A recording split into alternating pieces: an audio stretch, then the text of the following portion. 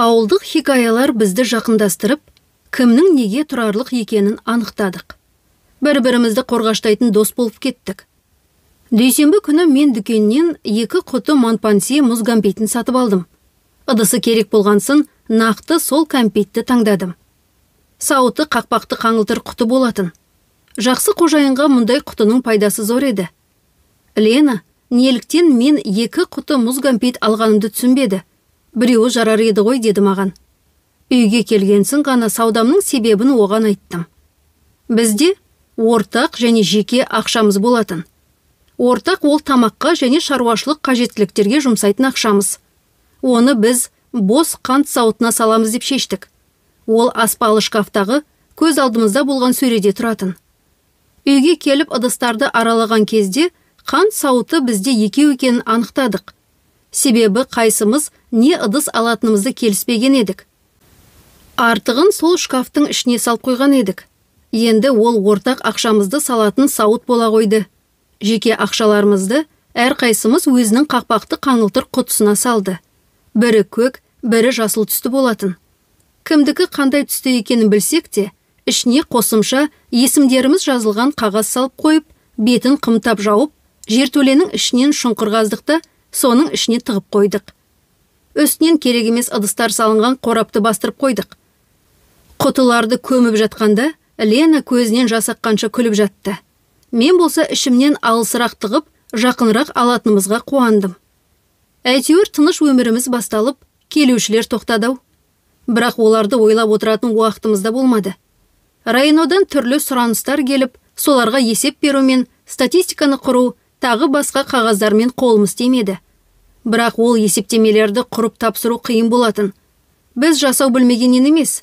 Ол есептерді өткен жылдың аяғында тапсыру керек болатын. Біріншіден, ол мезгілде біз бұл мектепте істеген жоқпыз. Екіншіден, өткен жылғы құжаттар да, журналдар да мектепте болмағансын, ойдан құрастырған есептерді жіберіп көшірмесін өзімізде қалдыруға мәжбүр болдық. Себебі келесі сұранысқа жауап бергенде бәрі сәйкес болып, өтірігіміз шығып қалмауы тиіс. Қатты шаршап бақшаға да қарайтын уақытымыз болмайтын. Мен үшін тағы бір қиыншылығы, түн сайын Вера жейдің сыбырлап кітап оқып отырған дауысынан ұйқым қанбай, одан бетер шаршайтынмын. Бірде Ленадан, түнде сөйлеген дыбыстарды естімедің бе, деп сұрадым. Онда ештеңе естімепті. Үнемі ұйқым қанбай, басым ауырып шаршасам да, ештеңе істей алмадым. Іштей барлық бәле сандықтан деп ойлап, сол сандықты терезеден лақтырып тастауға дайын едім. Бейсенбіден жұмаға қараған түні арманым орындалып, үйде тыныштық орнады. Басым жастыққа тиген бойда ешқандай түс көрмей ұйықтап, тамаша ұйқым қанып тұрдым. Осылай тыныш, алаңсыз ұйықтаған өмірімдегі соңғы түн болатын. Жұмада сабақтар аяқталғаннан кейін балалар үйлеріне тарап кетті. Мен үстел басында дәптерлерді тексеріп отырдым. Кенет басыма бір түрлі ой келді. Қазір терезе алдынан ауыл почтальоны өтіп, ішке кіріп, менің кабинетіме жолықпай, тікелей Ленаға барып, сәлден кейін Лена маған қолына бір стақан су ұстап кіріп, атамның бұл дүниеден озғандығы жайында айтады. Ту, сақтай көр. Не деген ыңғайсыз ойлар?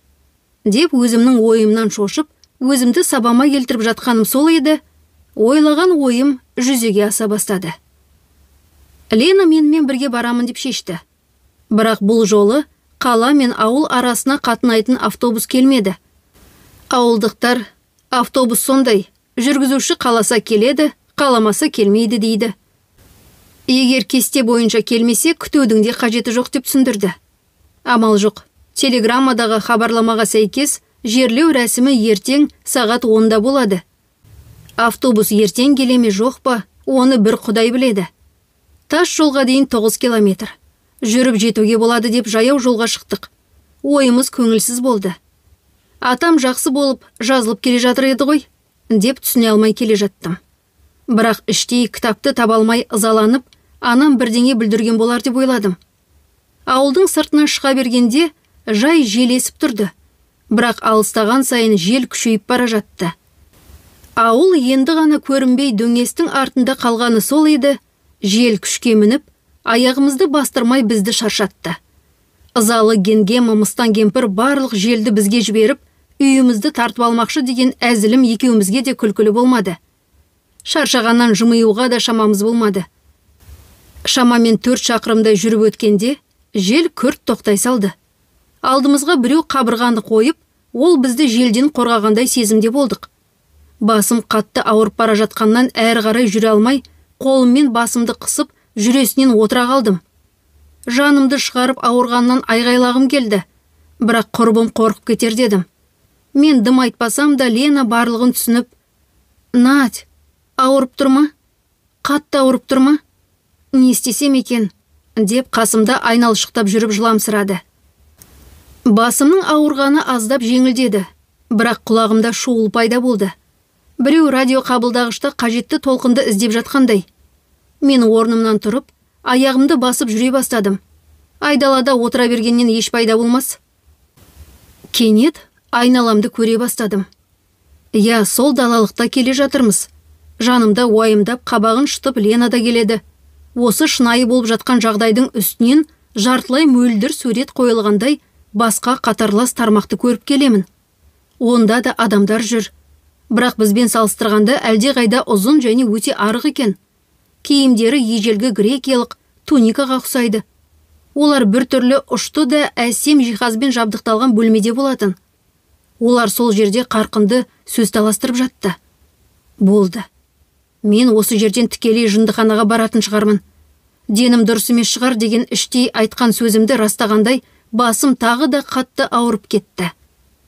Радио қабылдағыш толқынның баптауында дыбыстар естіліп, арасынан мен 2-3 сөзді ажырата алдым.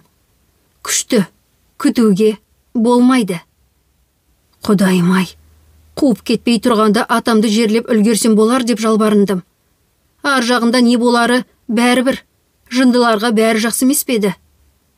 Тас жолға дейін 1 сағатта әрі кеткенде 1 сағат 20 минутта жетеміз деген болжамымыздан асып, 2 сағат жарымда әрең жеттік. Екеуміз бар ауылдың жерін қазғандай түріміз қашып кетті. Жақсы жері де бар тас жолға жеткеннен кенет елесте тоқтады. Басымның ауырғанында қойды. Біздің түріміз сондай аянышты болған шығар, себебі бірінші көлік көре сала тоқтап бізді жолай ала кетті. Көлікті басқарып отырған әйел адам жол бойы алаңдап қайта-қайта бізден бәрі жақсы ма деп сұрай берді. Қалаға жеткенде, ол бізді әрқайсымызды үйімізге жеткізіп тастағысы келіп, қайда апарайын деп сұрады. Бірақ ол бізден жол ақшасында алмағансын ұятымыз қысып, Лена екеуміз ортақ болатын жерді таңдадық. Лена да мен де үйге дейін тең 10 минут жүретін болдық. Біз көліктен шыққаннан кейін, «Мен сені үйіңе дейін шығарып салайын. Сол үшін сенімен келдім ғой», деді Лена. Жерлеу рәсімі бір түрлі өтті. Әлде маған солай көрінді ме? Қоштасуға келген адам көп еді. Атам өмір бойы жұмыс істеген автоколоннадан да көп танитын жұмысшылар келді. Туыстар, атам емдеп шығарған адамдар да келді. Әжем жетімсіреп табыттың жанында жылап тұрды. Мен табытқа жақындай алмадым. Жақындасам болды, басым қатты ауырып көз аштырмайтын. Ойыма гейгер есептегіші мен радиация келді. Есептегіш радиация көзіне жақындаған сайын тырсылдап кететін. Ешкімнің менімен ісі болмады. Ленаға алғысым шексіз еді. Мені қолдап қасымда жүретін. Мен болса әжемнің қасына жақындай алмадым. Зират басында анам нағыз спектакль көрсетті. Басын тауға да тасқа да ұрып табыттың үстіне құлап, «Әкетайым, бізді кімге тастап кеттің, әкешім!» деп дауыстап аңырады.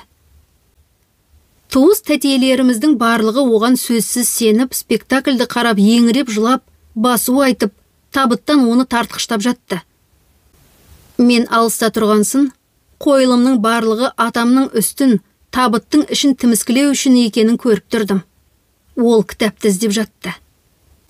Мен одан жиіркеніп, басымның ауырғанына қарамастан жайлап оған жақындап келіп, қолын тартып қалдым да.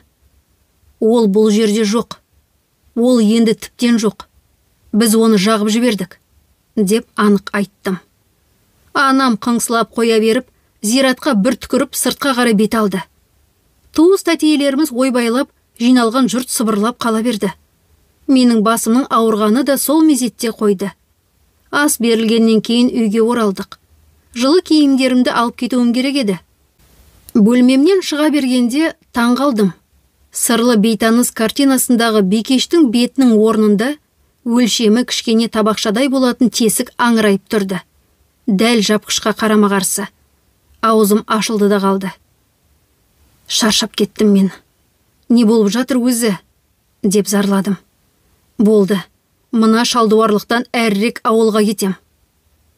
Автобустың ішінде бір адам болмады. Лена екеуміз үнсіз, әр қайсымыз өз жағына қарап жүре бердік.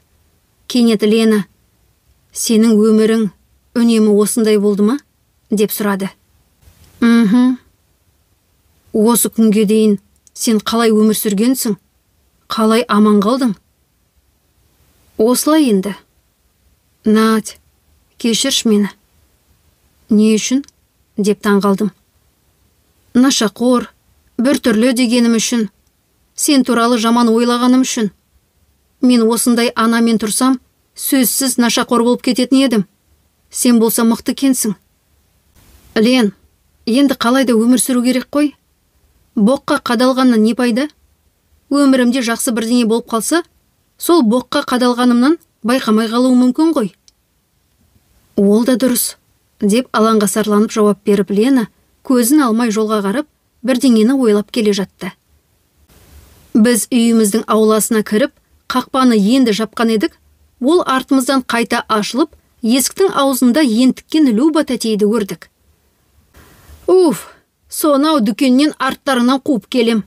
Сендердің келетіндеріңді білгендей. Жүріңдер қыздар, үйге барайық. Мен дастархан жайып қойдым. Атаңды еске алайық. Қандай керемет адам өзі, деп ойлап жылап жібердім. Телеграмманы алған мезгілден бірінші рет жылағаным. Үйге кеш келгенсін, Лена бірден бөлмесіне ұйықтауға кетті.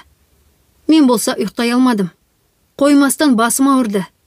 Кенет тағы да жасамыс адамның кітапты оқып жатқанын естідім. Бұл енді тіптен ұятсыздық, деп Ленаны оятып жібермес үшін сыбырладым.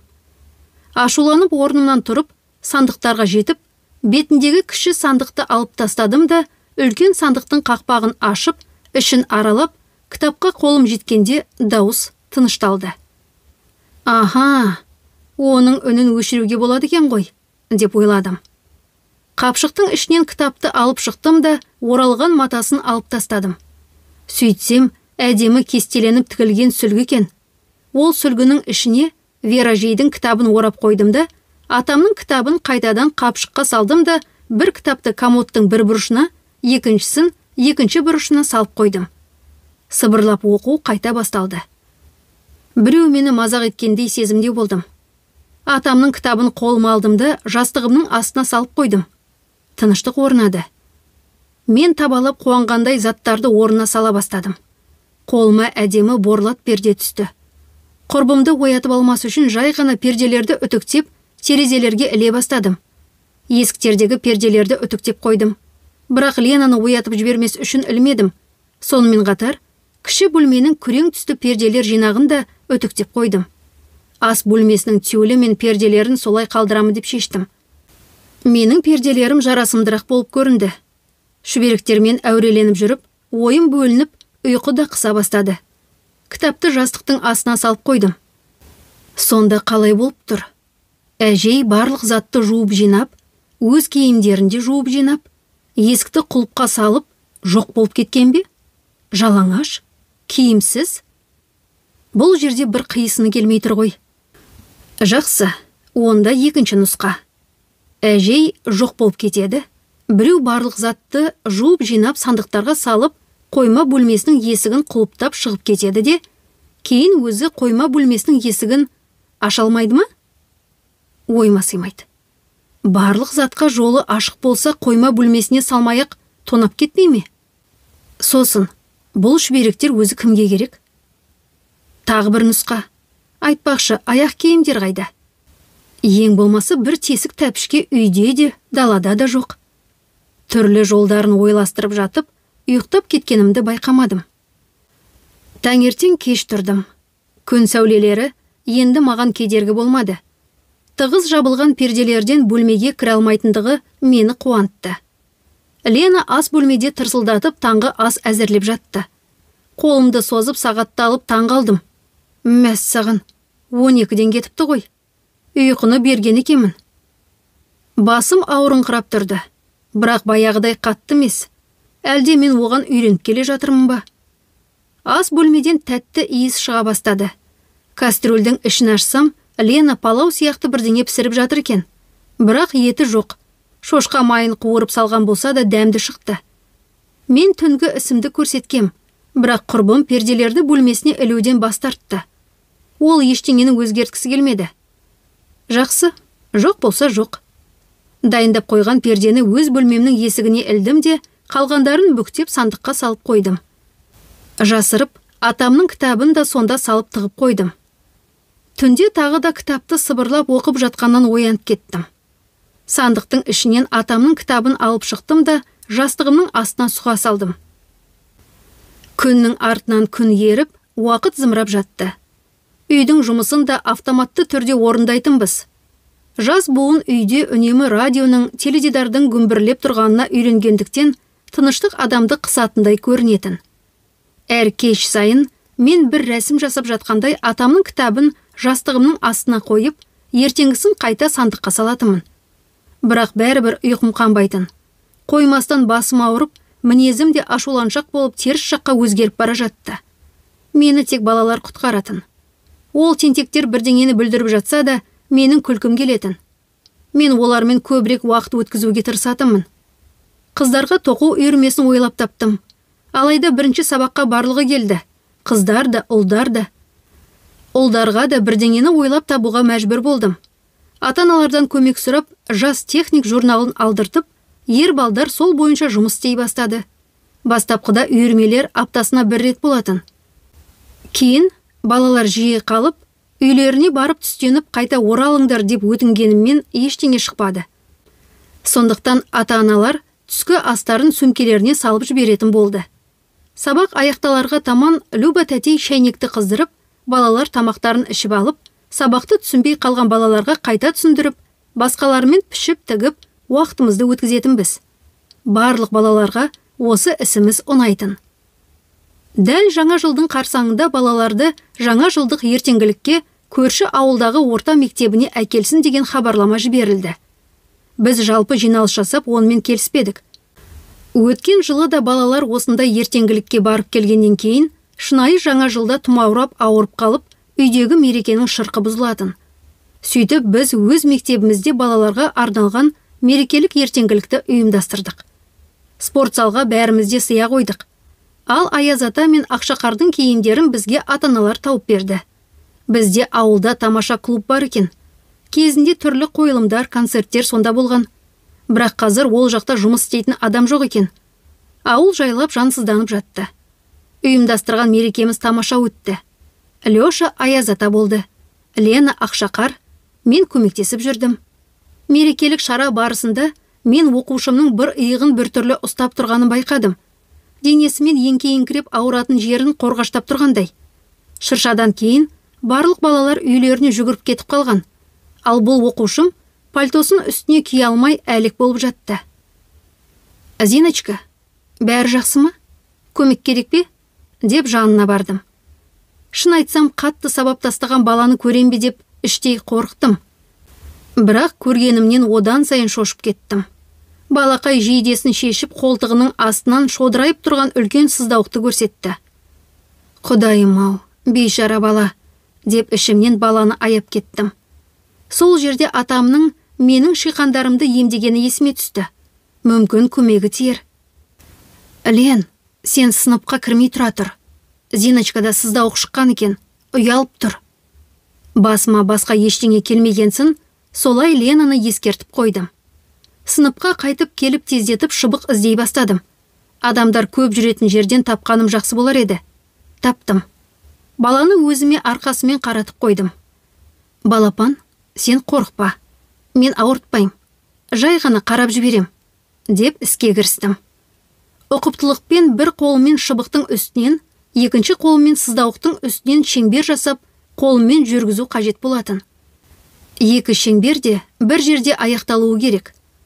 Сонымен қолыммен жүргізіп сыбырлай бастадым. Шыбық, шыбық шиқанның басын қайыр. Бұл тақпақтың мәтіні бала кезімнен есімде қалған. Ол санамаққа ұқсас күлкілі болатын. Сол бала кезімде маған күлкілі болып көрінген амин деген сөзбен аяқталатын. Рәсім аяқталғаннан кейін балақайға киінуге көмектесіп үйіне жібердім. Мектептің табалдырығына жетер-жетпес Зиночка көзі бақырайып тоқтап қалды да: «Надежда Викторовна, қолтығым ауырмай тұр», деді таңғалып. Мен де соны айтқым келді. Басымның ауруы қойған еді. Мереке күндеріне Лена үйіне ата-анасына кетіп қалды. Одан басқа қалада оның жігіті бар еді. Ал мен осында өзім қалдым. Әжемнің үйінде сіңлілері әлі қонақ болып жатқан еді. Олар жаман емес, жақсы адамдар. Бірақ күні бойы олардың немерелері қандай ақылды екенін, ал мен болса топас болғансын, ауылдан бір шығып, сиырлардың құйрықтарын бұрап жүргенім жайында тыңдағым келмеді. Оны атамның садақасында да бірнеше рет айтқанын естігем. Сол да маған жеткілікті. Мен сауыншы да, бақташы да емеспін. Мен мектеп директорымын, десем де мән бермеді. Кемпірлер құлақтары естімейтіндей осы әңгімені қайта-қайта айтатын. Сондықтан кешіріңіз, мен 100-ші рет тыңдап, 100-ші рет қайталауды қаламаймын. Жалғыз өзім қаңыраған үйде жаңа жылды қарсы алғым келмегенсін, ұйықтауға жататын болған едім. Кенет біреу есікті 3 қайтара қақты. Кім ол? Аяз ата. Пароход адам Иван Федорович Крузенштерн болмағанына шүкір, деп мен әзілдедім. Есіктің аузында Лешаның күлкісімен күліп тұрған Аяз ата тұрды. Не істеп отырсың? Жүр, анам күтіп қалды. Мен киініп алдым да, екеуміз Люба тәтейдің үйіне келдік. Мен ешқашан жаңа жылды осылай қызықты қарсы алмаппын. 1 сағаттай үстелдің басында отырып, дәмді астан алып, кейін Леша Аяз ата, мен Ақшақар, Люба тәтей ескі көрпетістан кең белдемше жасап алып, сыған әйел болып киініп алды. Ал Боря ағай тонын теріс киіп, бетіне күйе жағып сайтан боламын деді. Осы түрімізбен мектеп шыршасына қарай бет алдық. Мектеп ауласында қарағай өсіп тұрған. Біз балалармен оны қолымыздан келгенше безендіріп қойған едік. Жанына демалыстан балалар ойнасын деп қардан төбешік жасадық. Шыршаның басына ауылдың барлығы жиналыпты. Кейбіреулерін бірінші көріп тұрғаным. Леша бастады, мен қостадым. Түрлі кейіпкерлер болып киінген адамдар да қосылып дайындықсыз ойдан шығарған қойылымымыз керемет боп шықты. 1 жыл бойы дайындалсақ та бұлай шықпас еді. Билеп, әзілдесіп, күлкіміз ауылда жаңғырықтай естілді. Таң ата ғана тарадық. Аяз ата маған өте керек затты, сабын салғыш радио қабылдағышын сыйға тартты. Ертеректе ондай радио қабылдағышты әр радио әуесқой адам жасай алатын. Оның еш қиындығы жоқ. Бірақ мен үшін әлемдегі ең қымбат сыйлық болды. Үйде ендігі жымжыр тыныштық болмайтынына қуандым. Үйге келе сала мен радионы бар дауысына қосып, ұйықтауға жаттым. Мен тоңғанымнан тал түсте ояндым. Әрине мен үйге таңғы 5-те келгем. Ақмақ, ұйықтауға жатпай пешті жақпадым ба? Жертөледегі картоп үсіп кете алады ғой. Мен секіріп ағашқа жүгірдім. Үйде өзім отырған қорқынышты болғансын, барлық есікті іліп алдым. Кіреберістегі де, үйдегі де. Көмірді бетіне салу үшін ағаштардың жақсылап жанып кеткенін күтіп, пештің жанында жылынып, көзім ілініп отырдым. Кенет біреу есікті қатты қақты. Кіреберістегі есікті ашып, жылаған түрімен тұрған Ленаны көрдім де шок болдым. Оның артына ілініп, ауада қалқып күрең көк түсті шлейф тұр екен. Бұдан бұрын бұл шлейфті одан байқамаған едім. Лен, не болып қалды? Мен жігітіммен ұрысып қалдым. Жоға, бұл жерде басқа бірдеңе бар, деп мен бұрқылдадым да Ленаны жетектеп үйге кіргіздім. Ал, айта бер. Лена шешініп жатып өз хикаяларын айта бастады. Лена үйіне барып, сөмкесін тастай сала сүйіктісіне барыпты. Есікті қайдағы бір кемпір ашып, «Мына жәлептер әбден шаршатты. Келе береді», деп сөйленіпті.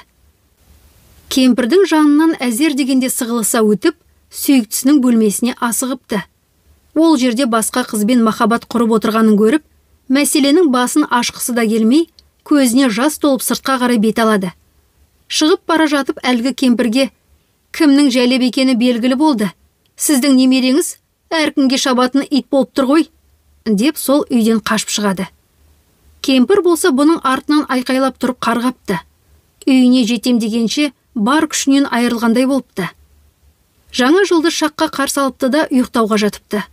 Ертеңгісін оңбаған жігіт келіп: «Өзің кінәлісің, келем деп ескертіп қоймадың ба?» депті. Лена оны таңдамалы боқтық сөздерімен боқтап, сөмкесіне заттарын салып алып, ауылға қайта оралыпты. Ауыл мен қалаға қатынайтын автобус бізге тек қана жұмада және демалыс күндері келетін. Автобустың қатынамайтын күніне тап болып, біздің Лена ауылға дейін 9 шақырымды қыста аязда жаяу жүріп келіпті. Оның қалай үсіп қалмағанына таңғалам. Мен қатты ашулансам да олай жасамас едім. Біздің қызықты өткен жаңа жылымызды әзірше айтпадым. Әйтпесе одан бетер еңсесі түсіп кетер. Енді бұл үйде 2 бақытсыз адам болды. Мен де дәл ауылға кетер алдында өз сүйіктіммен ажырасқан едім. Ол менімен барамын деп те ойлаған жоқ. Одан басқа, ол немесе менің жұмысым деп шарт қойды.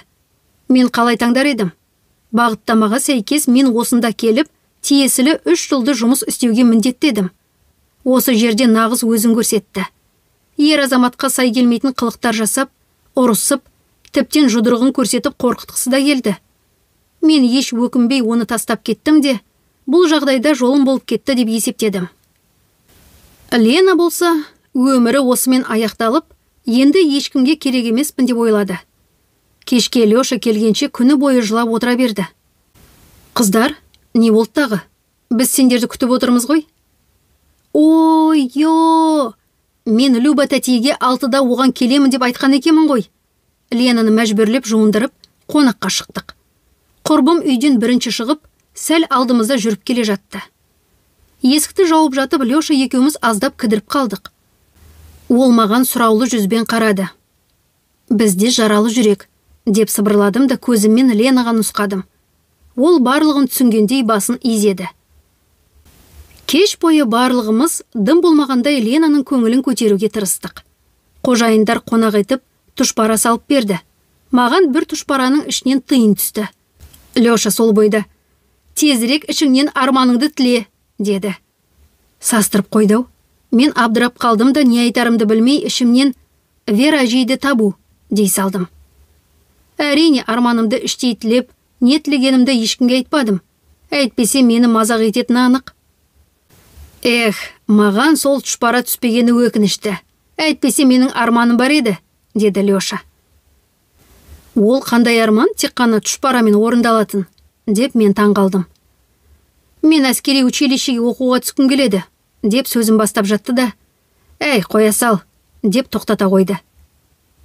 Ол жаққа оқуға түсуге саған не кедергі? Былай ғой, деді де жігіт басын сүрді. Орыс тілім нашар болып тұр менде. Алдымызда әлі жарты жыл бар. Дайындалып үлгереміз. Ол қиын емес, деп Лена оны қолдады.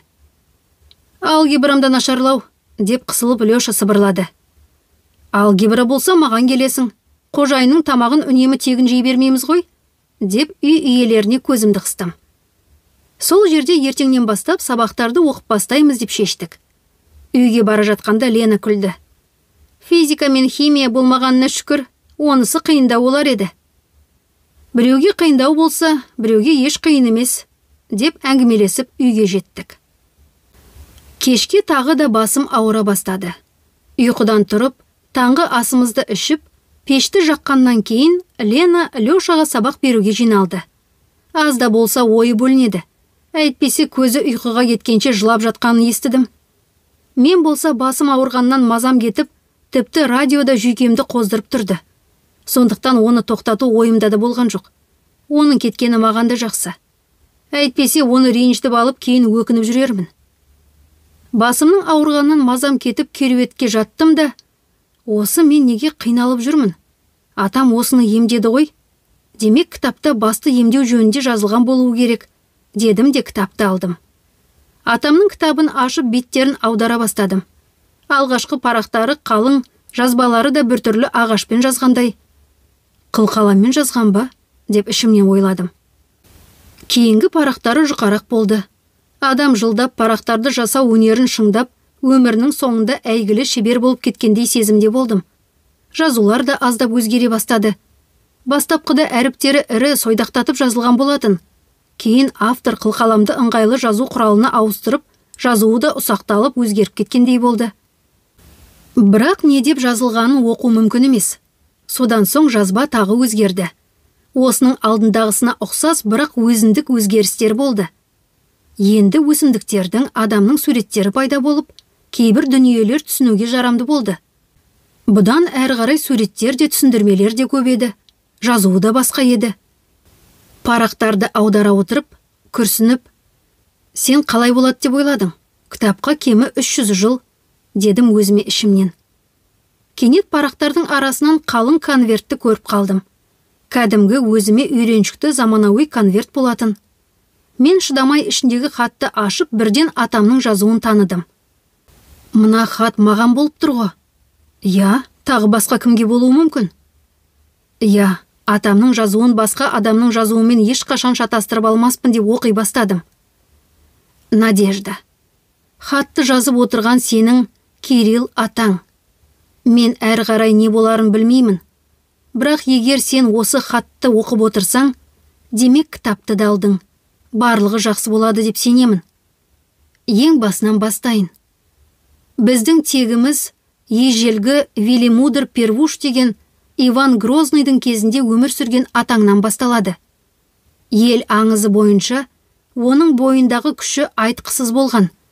Өзі орманда тұрып, күшін жер анадан алып, адамдарға тек қана жақсылық жасаған екен. Жауыз, ниеті нашар адамдар оған жолай алмайтын. Оны барлығы жәдігөй Велимудр деп атап кетіпті. Оның 3 баласы болыпты. Үлкен 2-і ұл, кішісі қыз болатын. Бірақ ұлдарының біріне де оның қабілеті берілмепті. Қызы тек бала кезінен шөппен жақсы емдейтін болған. Велимудр қартайып ұлдарына өз білгенін үйретіп кеткісі келді. Бірақ олар дуагерлік іспен айналысқысы келмеді. Сөйтіп қарт өзіне шәкірт алып, өзінің даналығына үйретіп кететін болып шешті. Лайықты шәкірт те табылып, Велимудр оған өз құпияларын ашып үйрете бастап, ұлым деп те атап жүрді. Қарт, шәкірті сол үйде тұрып, мұрагерім болады деп ойлады. Бірақ бәрі басқаша шықты. Үлкен балалары бірдеңе бүлдірді ме, әлде шәкірті жексұрын болып шықты ма? Бір күні таңертең шәкірті де қызы да үйде болмай шықты. Солармен бірге жәдігөй өмір бойы толтырған кітабы да жоқ болды. Велимудр іздестіріп жан-жаққа барды, бірақ олар ізім қайым жоқ болды. Велимудр ашуланып, шәкіртін де, өз қызын да жаман қарғыспен қарғап жіберді. Ол қарғыс енді 3 рет 7 ұрпағына таралады. Нақты қандай қарғыс екенін есімде сақтап қалмадым. Атамды мұқият тыңдамадым. Бұл ертегілердің барлығы маған күлкілі көрінгенсін, қолымды сілтеп мән бермейтінмін. Сондықтан бұл жерде Надюха, мен саған көмектесе алмайым. Есімде қалғаны содан кейін бірдеңе болды ма? Әйтеуір үлкен ұлы ақыры дуагер болды. Ешкім күтпеген кезде күш оған өзі келді. Ал Велимудр жаңа кітапты жазып, ұлын да үйретіп үлгерді. Солай біздің қабілетіміз ұрпақтан ұрпаққа әкеден үлкен ұлға беріледі. Атам да, әкем де әйгілі сынықшы болды. Бірақ екеуі де 50 жасқа толмай өмірден ерте озды. Мен болса бұл жақта жүріп қалдым.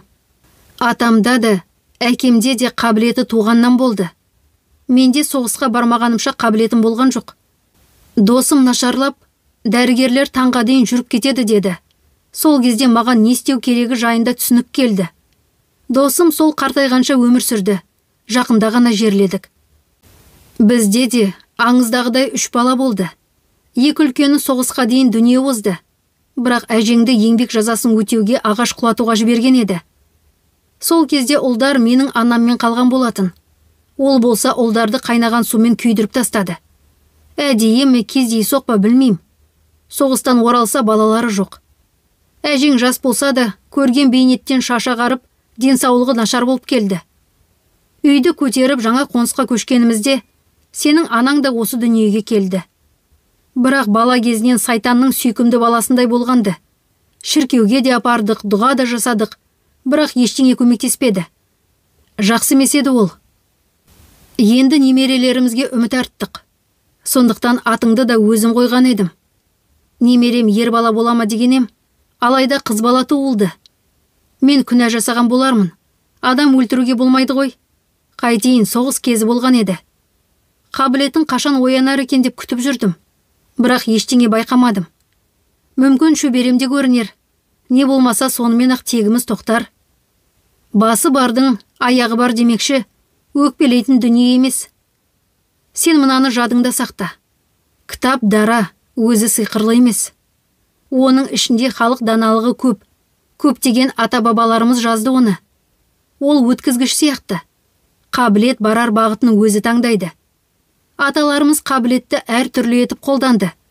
Кейбіреулері болашақты айтып, адамдарды қиыншылықтардан сақтап қалып жүрді. Біреулері шөппен емдейтін болса, біреулері балгер болды. Бірақ барлығы да жақсылық жасаушы ғана болатын. Біздің ісімізде қиянат жасауға болмайды. Қара магия мен кітапты ешқашан қолыңа алма. Болмайды бізге. Жай ғана ондай кітапты ашсаң да, сен оған қатысты болып қаласың. Кейін сенің балаларың сол жамандықты көтереді. Қабілеттен бас тартуға болмайды. Ол жұмыс істемесе, ішіңнен күйдіреді. Бұл өз басымнан өткен. Егер балаларының қабілеті ашылып жатса, сен өзің ақ барлығын түсінесің. Бірінші ұлың дүниеге келгенде оған көз салып қара. Ол мұрагер, үнемі солай болатын. Хатты сақтап қой. Кітапты оқы да, ол келгенде таңдау жасауға көмектес. Анаңа кітапты көрсетпе де, берме. Тұқымымыз тоқтағансын, кітапты жағып жібердік деп айт. Сонда да, мен біздің қабілетіміз сенің бойыңда оянады деп үміттенем. Сенің сұрапылың алаулаған от. Егер барлығы мен ойлағандай болса, барлық жарақаттарды жағуға үйрен. Өзіңе біреудің ауыртпалығы мен ауруын қалдырма. Бетіңнен сүйіп құшақтадым. Кирилл атаң. Анама білгендей, зиратта кітапты жағып жібердік дедім ғой. Хатты бүктеп конвертке қайта салып жатып, менің өмірім сондай керемет, деп ойладым. Атам дуагер, анам туғаннан ақымақ. Ал мен не істеу керекпін? Сиқырлы күшті күту керекпін бе? Әлде әрі қарай өмір сүре берсем бола ма? Жоқ, бұл қалай өзі? Атам тірі болғанда, біраз айтарым бар еді. Бірақ ол бұл дүниеде жоқ. Сосын өлім алдында соңғы күшін жұмсап, адам сандырақтап не болса соны жазбас педі. Сандырақ деп отырғанымның барлығы шындық па? Расымен осындай бола ма? Жоқ, бұлай болуы мүмкін емес. Мен техника мен электроника дәуірінде тұрам. Ал мына дуагерлер, сиқырлы қабілеттер. Мына кітап осында жата берсін. Өз басым бұны оқиын деп тұрған жоқпын. Конвертті қайта кітаптың ортасына салып, кітапты қапшыққа салып, қайтадан сандықтың ішіне тастай салдым. Несіне оны қарадым? Әне онанда атамның дәптерлерін қарау керек, содан пайда болар. Қолыма түскен дәптердің ортасын аша салдым. Міне бәсе, бастың ауруы, дәл керек жерінен ашыппын. Бас ауруы тұрақты болса, жау жапырақ дегеніміз жақсы ғой, бірақ оның қайдан алам? Түймедақ, ол да жоқ. Мынаның бірі де жоқ қой бізде. Несін қарап отырмын? Тоқта, таптым. Пияз бар ғой бізде. Пияздың қабығын жуып, қайнаған су құйып, 1 сағаттай тұндырып қойып, 3-4 күн, күніне 2 рет жарты стақаннан ішу. Болды, күнім бекер өтпеді дей бер. Кеттім. Сиқырлы дәріні әзірлеп жіберейін. Мен ондай дәріні шойын қазанда дайындаған керемет болар еді деп, нағыз мыстандай пештің басында сиқырымды бастадым. Мені таңғалдырғаны, бұл сасық дәрі расымен де көмектесті. Атамның дәптерлеріне көз жүгірту керек екен. Құрметті тыңдармандар, егер әңгіме ұнап жатса, лайк басып, шабыттандыруды ұмытпайықшы. Ал келесі бөлім ертең шығарылады.